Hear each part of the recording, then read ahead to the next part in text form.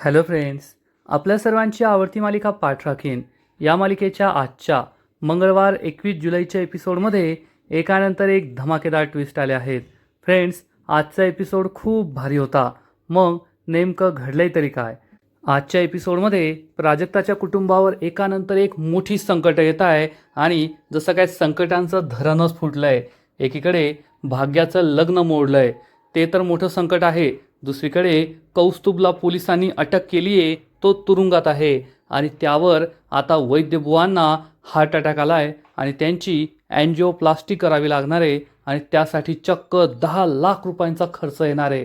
आणि वैद्यबुवांकडे 10 रुपये सुद्धा नाही आहेत. 10 लाखांचा खर्च कसा करणार, हा सगळ्यांसमोर मोठा प्रश्न आहे. आणि या सगळ्या संकटातून फक्त सुलक्षणा सूर्यवंशीच प्राजक्ताच्या कुटुंबाला बाहेर काढू शकते, एवढं मात्र खरं. आणि सुलक्षणाने प्राजक्ताला वचन दिलंय की आज संध्याकाळ व्हायच्या आत तुझा भाऊ तुझ्या घरी परत असेल. मग या बदल्यात सुलक्षणा तिच्याकडून काय करून घेणार, हे सगळं पाहायला मजा येणार आहे. तर फ्रेंड्स, आजचा एपिसोड खरंच खूप भारी होता. मग नेमकं घडलंय तरी काय, हे जाणून घेण्यासाठी हा व्हिडिओ शेवटपर्यंत नक्की पहा. आजच्या एपिसोडच्या सुरुवातीलाच आरव आणि आलोक हे दोघे एकाच रूममध्ये असतात. आलोक अजूनही झोपलेला असतो. तेवढ्यात आलोकला जाग येते आणि आलोक, त्याचं डोकं खूप दुखत असतं. तो कसाबसा उठून बसतो. आरव त्याला शांत करतो आणि विचारतो, दादा आता तुला बरं वाटतंय ना? आलोक सांगतो, खूप डोकं दुखतंय.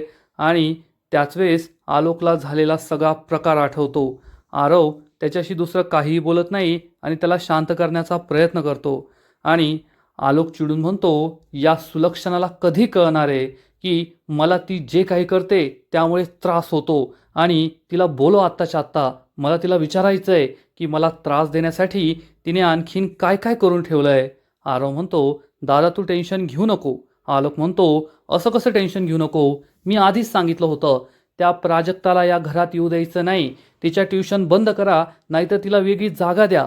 पण कुणी माझं ऐकलं नाही. त्या मुलीला पाहिलं रे पाहिलं की माझ्या डोक्यात तिडीक जाते. मला तिचं तोंडसुद्धा पाहायचं नाहीये, हे त्या सुलक्षणाला का कळत नाही? आरव हा आलोकला शांत करण्याचा प्रयत्न करतो आणि म्हणतो, दादा तू नको टेन्शन घेऊ. मी तुला वचन देतो, आज नंतर तुझ्या इच्छेशिवाय या रूममध्ये कुणीही येणार नाही. फक्त मी आणि तू, आपण दोघेच या रूममध्ये असू. तसंही ही तुझी स्पेस आहे. प्रत्येकाची एक स्पेस असते. ही तुझी स्पेस आहे आणि तुझ्या इच्छेशिवाय या स्पेसमध्ये कुणीही येणार नाही. मी तुला वचन देतो. आणि प्राजक्तासुद्धा ट्युशन घेण्यासाठी या घरात येणार नाही. मी आत्ताच्या आत्ता जाऊन मॉमशी बोलतो आणि तिला सगळं काही सांगतो. हे ऐकून आरव थोडा शांत होतो. आलोक म्हणतो, तू थांब, मी आलोच. आणि आरव हा रूममधून बाहेर पडतो. आलोकला आठवतं की आज काय झालं होतं. मी प्राजक्ताचा गळा दाबला, परंतु त्याला त्याचा काहीही वाईट वाटत नाही की मी एका मुलीला मारण्याचा प्रयत्न करत होतो, याचं त्याला काहीही वाईट वाटत नाही. आणि इकडे प्राजक्ता आणि तृप्ती या दोघी पोलीस स्टेशनमध्ये पोहोचतात. इन्स्पेक्टर तेथे बसलेला असतो आणि या दोघी इन्स्पेक्टरला विचारतात, कौस्तुभ कोठे? कौस्तुभ कोठे? कौस्तुभ हा बाजूच्या तुरुंगात असतो. तो लगेच आवाज देतो, तृप्ती. आणि मग तृप्ती ही लगेच त्याच्या शेजारी जाते. हे दोघे एकमेकांचा हात हातात घेतात. तृप्ती म्हणते, कौस्तुभ हे काय करून ठेवलंयस तू? पण तेवढ्यात एक लेडी हवालदार येते आणि ती तृप्तीला पकडून पुन्हा एकदा इन्स्पेक्टरच्या समोर घेऊन जाते आणि म्हणते, मॅडम तुम्ही त्यांना असं भेटू शकत नाही. प्राजक्ता ही इन्स्पेक्टरला समजवण्याचा प्रयत्न करते. इन्स्पेक्टर साहेब, माझा दादा सरळ मार्गाने चालणारा मुलगा आहे. तो अशी चोरी वगैरे करूच शकत नाही. मागील अनेक वर्षांपासून तो या कंपनीत काम करतो. तो कशाला चोरी करेल? परंतु इन्स्पेक्टर एक शब्दही बोलत नाही. तृप्ती ओरडून म्हणते, तुम्हाला ऐकू येत नाहीये का आम्ही काय म्हणतोय? त्यांनी काहीच केलेलं नाहीये, सोडा त्यांना. इन्स्पेक्टर चिडून म्हणतो, ओ मॅडम, आरडाओरडा करून काही होणार नाहीये. आम्ही त्यांना नाही सोडू शकत. प्राजक्ता म्हणते, पण साहेब का? माझ्या दादाने काहीच केलेलं नाहीये. त्या लोकांचा काहीतरी गैरसमज झालाय आणि त्यांनी दादावर असा आरोप लावला. पण माझ्या दादाने चोरी वगैरे केलेली नाहीये. तुम्ही प्लीज आमच्यावर विश्वास ठेवा आणि दादाला सोडून द्या. तृप्तीसुद्धा विनवणी करत असते. तर तृप्ती मनातल्या मनात विचार करते, प्राजक्ता मला माहिती आहे की तुझ्या भावानेच चोरी केली आहे, पण मी हे सगळ्यांसमोर नाही सांगू शकत. प्राजक्ता ही इन्स्पेक्टर समोर विनवणी करत असते, प्लीज इन्स्पेक्टर साहेब सोडून द्या माझ्या दादाला. तृप्ती म्हणते, हो ना, तो चोर नाहीये. प्लीज सोडा त्याला, प्लीज सोडा. इन्स्पेक्टर या दोघींना समजावून सांगतो, येथे हे सगळं बोलून काहीच फायदा नाही आहे. तसंही आज रात्री त्याला तुरुंगातच राहावं लागेल. उद्या सकाळी आम्ही त्याला कोर्टासमोर हजर करू आणि त्याच्याविरुद्ध जे काही पुरावे आहेत ते सुद्धा कोर्टासमोर ठेवू. त्याने ही चोरी केली आहे ते CCTV फुटेजमध्ये क्लिअर दिसतंय. त्यामुळे शेवटी जज साहेबच निर्णय घेतील. तृप्ती आणि प्राजक्ता खूप घाबरतात. इन्स्पेक्टर सांगतो, त्याला कमीत कमी 10 वर्षांची शिक्षा होईल असं मला वाटतंय. तृप्ती, प्राजक्ता, कौस्तुभ या सगळ्यांच्या पायाखालची जमीनच सरकते. इन्स्पेक्टर म्हणतो, आता त्यांनी इतकी मोठी चोरी केली आहे, मग ही शिक्षा तर होणारच. प्राजक्ता खूप घाबरते आणि विचार करते, अरे देवा, 10 वर्षांची शिक्षा, हे प्रकरण खूप मोठं आहे आणि आपल्याकडून हँडल होईल असं वाटत नाही. आता काय करायचं हाच प्रश्न त्यांना पडतो. इन्स्पेक्टर म्हणतो, येथे काही बोलत बसण्यापेक्षा तुम्ही एक काम करा. तुम्ही एक चांगला वकील शोधा आणि तुमच्या भावाच्या बाजूने केस लढा. दुसरा कोणताही पर्याय नाही आहे. येथे थांबून काहीच फायदा नाही आहे. आता वकील कसा शोधायचा आणि काय करायचं हाच प्रश्न प्राजक्ताला पडतो. आणि तेवढ्यात तृप्ती ही पुन्हा एकदा कौस्तुभच्या जवळ जाऊन उभी राहते. पण लेडीज हवालदार तिला म्हणते, ओ मॅडम, अलाउड नाही आहे सांगितलं ना. आणि ती प्राजक्ताला हाक मारते. प्राजक्ता ही तृप्तीला कशीबशी तुरुंगाच्या बाहेर घेऊन जाते. कौस्तुभला समजतं की आपण खूप वाईट अडकलोय आणि आता या प्रकरणातून आपली सुटका होणं खूप अवघड आहे. दुसरीकडे वैद्यबुवांच्या घरी वैद्यबुवा, त्यानंतर चारू, भाग्या आणि आजी घरामध्ये जात असतात. तेवढ्यात त्यांच्या शेजारची एक जोडी असते. त्यांना खूप उचापती असतात.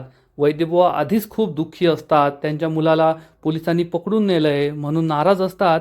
वैद्यबुवा आतमध्ये जात असतात. तेवढ्यात हा माणूस म्हणतो, काय वैद्यबुवा, तुमच्या पोराला तर पोलीस पकडून घेऊन गेले. वाह, काय संस्कार दिले तुम्ही तुमच्या मुलाला. चारू आणि वैद्यबुवांना खूप वाईट वाटतं. या माणसाची बायको म्हणते, तुमचा पोरगा आहे ना, मला आधीपासूनच चोर वाटायचा. चोरीचे धंदे करतो तो. वैद्यबुवा, काय खरं आहे तुमचं. पोराला चांगले संस्कार द्यायचे ना. तुमच्या घरावर तर मोठं संकट आलेलं दिसतंय. तुमच्या घरातच मला दोष दिसतोय. काल तुमच्या मुलीचं लग्न मोडलं आणि आज तुमच्या मुलाला पोलीसवाले चोरीच्या आरोपाखाली पकडून घेऊन गेले. आता तुमचं काय होणार वैद्यबुवा. वैद्यबुवा आणि चारूला खूप वाईट वाटतं. आणि तेवढ्यात या बाईचा नवरा म्हणतो, वैद्यबुवा, तुमच्या बाता तर लय बड्या बड्या हो, पण तुमचे लक्षणं लय खोटे. ही बाई म्हणते, हो ना, येथे घराबाहेर बोर्ड लावून ठेवला आहे. काय तर म्हणे, रुग्णसेवा हीच ईश्वर सेवा. मला हेच असं वाटायचं, कायम माझ्या मनात हा प्रश्न यायचा की तुम्ही तुमच्याकडे जे पेशंट येतात त्यांच्याकडून पैसे घेत नाही, त्यांचा फुकट इलाज करतात, मग तुमचं घर चालतं तरी कसं. आत्ता आम्हाला कळतंय, तुमचा हा पोरगा चोऱ्या करून आणतो आणि मग तुमचं घर चालतं. म्हणजे पेशंटकडून पैसे घ्यायची गरजच नाही. मुलगा पाप करतो आणि बाप पुण्य करतो, सगळं काही इक्वल होऊन जातं, हो की नाही. वैद्यबुवा खूप दुःखी होतात. भाग्याला या दोघांचा राग आलेला असतो. तोंडाला येईल ते बोलत असतात. हा माणूस म्हणतो, वैद्यबुवा, तुम्ही एक काम करा, तुमच्या हॉस्पिटलला आहे ना टाळं लावा, टाळं बंद करून टाका तुमचा दवाखाना. कारण तसं पण आता तुमच्याकडे कोणी येणार नाही. तुमच्या पोराने चोरी केली, अशा चोरट्या पोराच्या बापाकडे कोण इलाज करायला येणार आहे.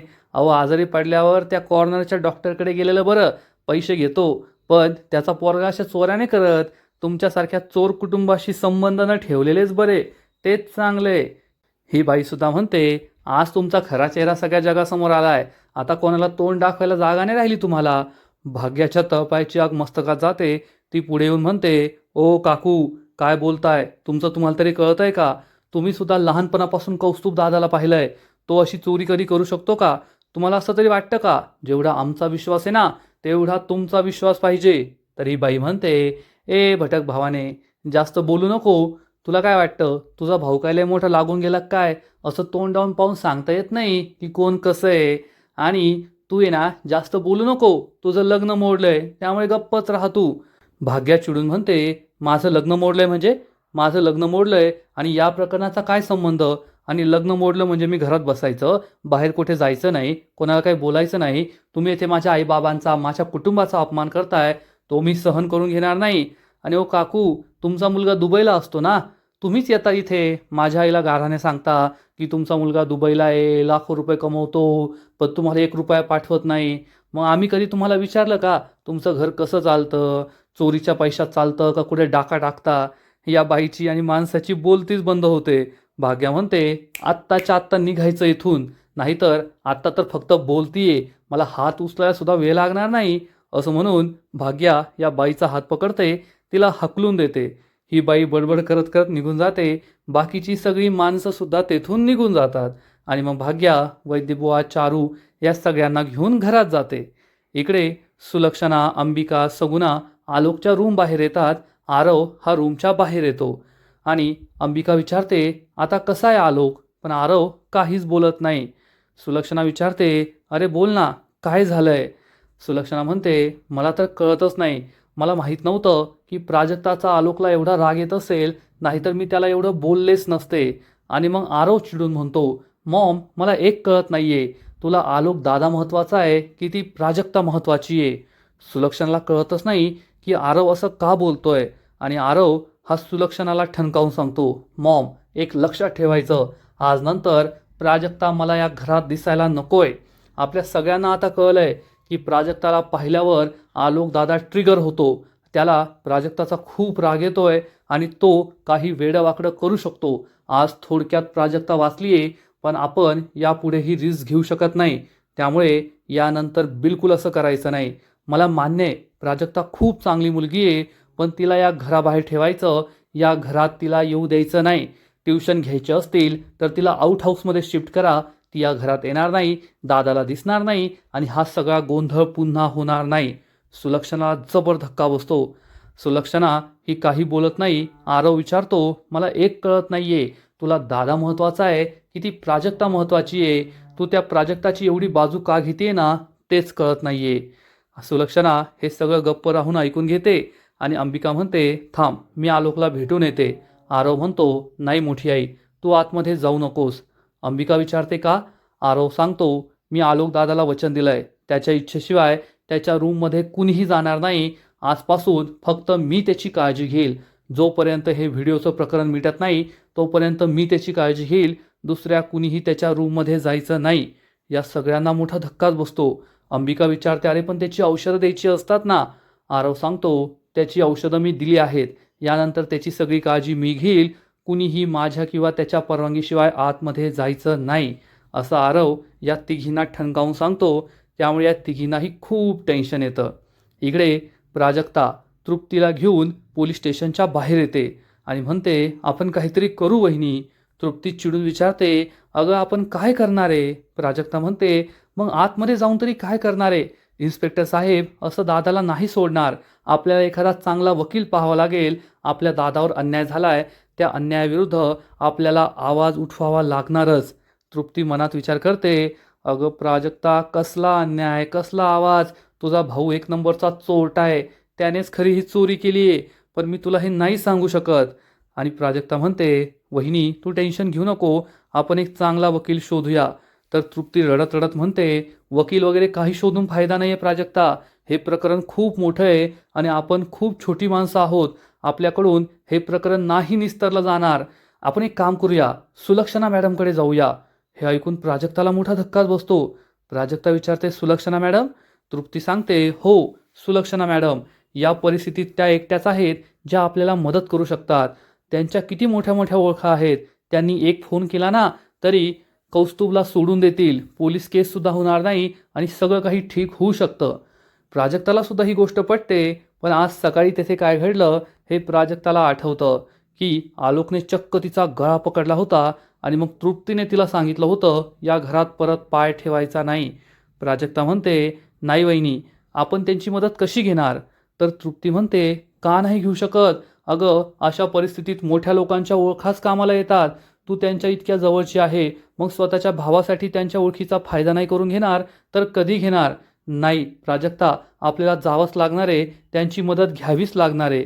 प्राजक्ता म्हणते, नाही वहिनी, आपण त्यांची मदत नाही घेऊ शकत. मी त्यांच्या एवढ्या क्लोज नाही आहे की आपण त्यांची मदत घेऊ आणि त्या कौस्तुभ दादाला सोडवतील. आणि मी कोणत्या तोंडाने त्यांची मदत मागू? काय सांगू त्यांना, माझ्या भावाने ऑफिसमध्ये चोरी केली आहे, त्याने गुन्हा केला आहे, त्याला सोडा, असं मी कसं बोलू शकते? तृप्ती म्हणते, ठीक आहे, नको बोलूस. मी तुला सांगते, आज जर कौस्तुभ संध्याकाळपर्यंत घरी नाही आला ना तर मी समुद्रात उडी मारून जीव देईल. हे ऐकून प्राजक्ताला मोठा धक्काच बसतो. प्राजक्ता म्हणते, वहिनी हे काय बोलतेस तू? आणि तेवढ्यात प्राजक्ताला सुलक्षणाचा कॉल येतो. प्राजक्ता म्हणते, सुलक्षणा मॅमचा कॉल आहे. तृप्ती म्हणते, उचल उचल, बोल, सांग त्यांना सगळं. आणि प्राजक्ता फोन उचलते. सुलक्षणा म्हणते, प्राजक्ता हे काय आहे? तुला मी किती वेळेस सांगितलंय, मी तुला माझ्या घरातील सदस्य मानते आणि आज तुझ्या भावाला पोलिसांनी पकडून नेलंय चोरीच्या आरोपाखाली, तर तू मला एक साधा फोन सुद्धा नाही केला. आत्ताच्या आत्ता मला भेटायला ये. प्राजक्ता म्हणते, ठीक आहे. प्राजक्ता फोन कट करते. सुलक्षणाचा हा सुद्धा प्लॅन असतो आणि प्राजक्ता तृप्तीला सांगते, सुलक्षणा मॅमने आपल्याला भेटायला बोलवलंय आत्ताच्या आत्ता. हे ऐकून तृप्तीला खूप आनंद होतो. तृप्ती म्हणते, देवाचाच चमत्कार आहे, चल चल चल लवकर. आणि ती प्राजक्ताचा हात पकडून तिला सुलक्षणाच्या बंगल्यावर घेऊन जाते. इकडे वैद्यबुवा, चारू, आजी, भाग्या सगळे घरात येतात. भाग्या घराचा दरवाजा लावून घेते. झाल्या सगळ्या प्रकारामुळे तिलाही जबर धक्काच बसलेला असतो आणि भाग्या ढसाढसा रडू लागते. आजी ही चारूला सांभाळते, पण सगळ्यात जास्त त्रास वैद्यबुवांना होत असतो.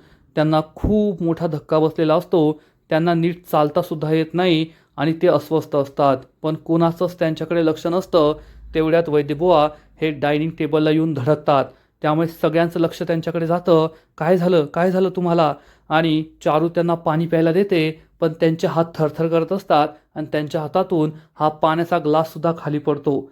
सगळे खूप घाबरतात.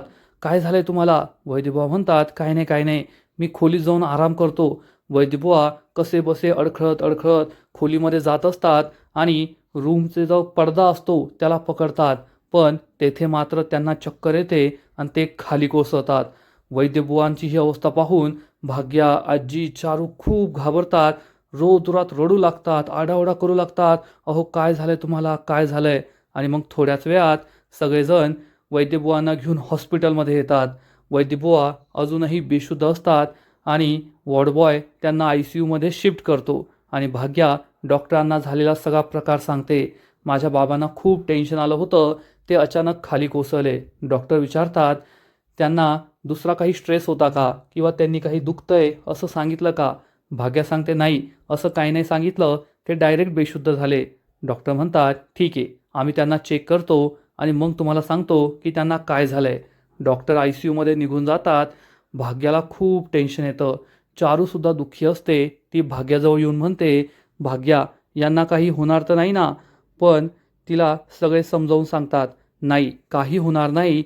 आजी म्हणते, अगं आपल्या वैद्यबुवांनी आजपर्यंत सगळ्यांसाठी किती काय काय केलं आहे, ते खूप चांगले आहेत, तू टेन्शन घेऊ नको, त्यांना काहीच होणार नाही, ते एकदम सुखरूप असतील, कसलंही टेन्शन घेऊ नको, देवसुद्धा त्यांच्या पाठीशी आहे.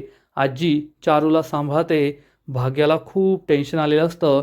या तिघी एकमेकींना मिठी मारतात आणि सगळं ठीक होईल असा एकमेकांना दिलासा देतात. तर दुसरीकडे तृप्ती आणि प्राजक्ता या दोघी सुलक्षणाच्या घरी पोहोचतात. पण प्राजक्ताची घरामध्ये जाण्याची हिंमत होत नाही. ती बाहेरच थांबते. आज आलोकने माझा गळा दाबला होता हे तिला आठवतं आणि मग तृप्ती म्हणते, अगं प्राजक्ता चल लवकर आतमध्ये. या दोघी घराजवळ जातात. तेवढ्यात नौकर येतो आणि म्हणतो, चला प्राजक्ता मॅडम, तुम्हाला सुलक्षणा मॅडमने ऑफिसमध्ये बोलवलंय, त्या तुमची वाट पाहताय. या दोघी आतमध्ये जातात आणि इकडे आरव आणि आलोक हे दोघे बॉक्सिंग खेळत असतात. सुरुवातीला तर नॉर्मल फायटिंग सुरू असते, पण मग आरव हा आलोकच्या बेजबाबदारपणाचा, बेसावधपणाचा फायदा घेतो आणि त्याला एक जोरात पंच मारतो. आलोकची सटकते आणि आलोक हा आपल्यावरचा ताबा हरवून बसतो. या आरवच्या जोरात पोटात एक मुक्का मारतो आणि पुढच्या क्षणाला त्याच्या मानेच्या खाली जोरात मुक्का मारतो आणि त्यानंतर त्याला मारूनच टाकणार असतो. पण तेवढ्यात आरव जोरात ओरडतो, दादा.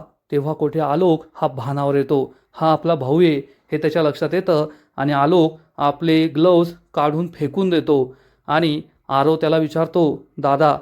आलोक म्हणतो, ग्लोव्ज फेकलेत, घाबरू नको, काही करणार नाहीये. तेवढ्यात प्राजक्ता आणि तृप्ती तेथून जात असतात. आलोकच्या रूमकडे पाहून प्राजक्ता खूप घाबरते. तृप्ती तिला पुढे घेऊन जाते. इकडे आरव हा आलोकला विचारतो, दादा तू बाकीच्या लोकांशी जसा वागतो तसा माझ्याशी का वागत नाही? म्हणजे तू माझ्याशी वेगळा वागतो. माझी काही चूक झाली तरी माझ्यावर चिडत नाही, समजून घेतो. आलोक त्याला समजावून सांगतो, कारण बाकीचे लोक माझ्याकडे ज्या नजरेने पाहतात ना, त्या नजरेने तू माझ्याकडे पाहत नाही, म्हणून मी तुझ्याशी वेगळा वागतो. आणि इकडे सुलक्षणा प्राजक्ता आणि तृप्तीला भेटायला येते आणि त्यांना विचारते, काय झालं प्राजक्ता, तुम्हाला फोन का केला नाही? अशा महत्त्वाच्या वेळेस मीच तुझ्या मदतीला आले असते ना.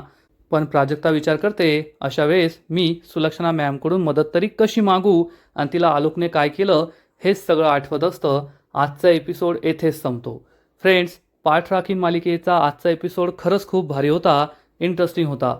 पण पुढील एपिसोड आणखीन भारी असणारे, आणखीन मोठा ट्विस्ट या मालिकेत येणार आहे.